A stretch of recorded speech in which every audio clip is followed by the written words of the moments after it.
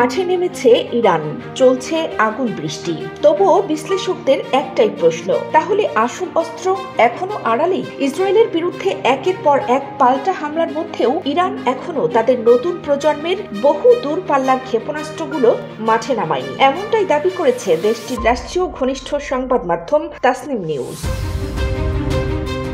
সামরিক বিশ্লেষকরা বলছেন, যদি এসব ক্ষেপণাস্ত্র বের হয় তাহলে তেল আবিব তো দূরের কথা, গোটা অঞ্চল ধ্বংসস্তূপে পরিণত হতে পারে।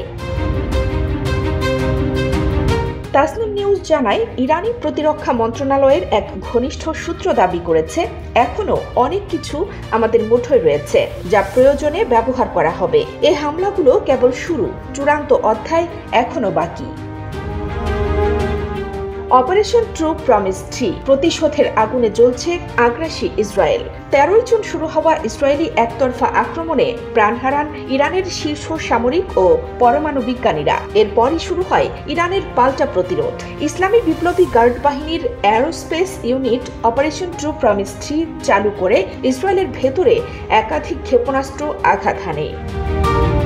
ইসরায়েলি নিরাপত্তা বিশ্লেষক ইলান গ্যাভরিয়েল বলেন, আমরা দেখছি ইরান এখনো তাদের সবচেয়ে ভয়ঙ্কর অস্ত্রগুলো মাঠে নামায়নি। এ এক ভয়াবহ নীরবতা যা যে কোনো মুহূর্তে বিস্ফোরণে রূপ নিতে পারে। জমদূত আসেনি এখনো। ইরান আগেই জানিয়ে দিয়েছিল, যুদ্ধ যদি চাপিয়ে দেওয়া হয় তাহলে শেষ সিদ্ধান্ত আমরাই নেব। সেই বক্তব্য এখন বাস্তবে রূপ নিচ্ছে। তবে প্রশ্ন হচ্ছে, সবচেয়ে ভয়াবহ অস্ত্রগুলো কোথায়? বিশ্লেষকদের মতে সজ্জিত রয়েছে সামজার, কাইয়াম 4 এবং হেজরাহ নামের নতুন প্রজন্মের ক্ষেপণাস্ত্র, যা এখনো কোনো যুদ্ধে ব্যবহৃত হয়নি। সামনে আরও ভয়াবহ কিছু অপেক্ষা করছে। তেহরান বারবার বলছে, তাদের প্রতিরক্ষা শুধু প্রতিক্রিয়ার মধ্যে সীমাবদ্ধ নয়, এটি এক পূর্ণাঙ্গ কৌশল। তাসনিম বলছে, যতক্ষণ না ইসরায়েল আগ্রাসন বন্ধ করে ততক্ষণ পাল্টা হামলা চলবে, আর প্রয়োজনে সবকিছু ব্যবহার করা হবে। বিশ্ব এখন তাকিয়ে খোলস ছেড়ে বের হয় কিনা সেই ভয়াবহ নতুন প্রজন্মের ক্ষেপণাস্ত্র।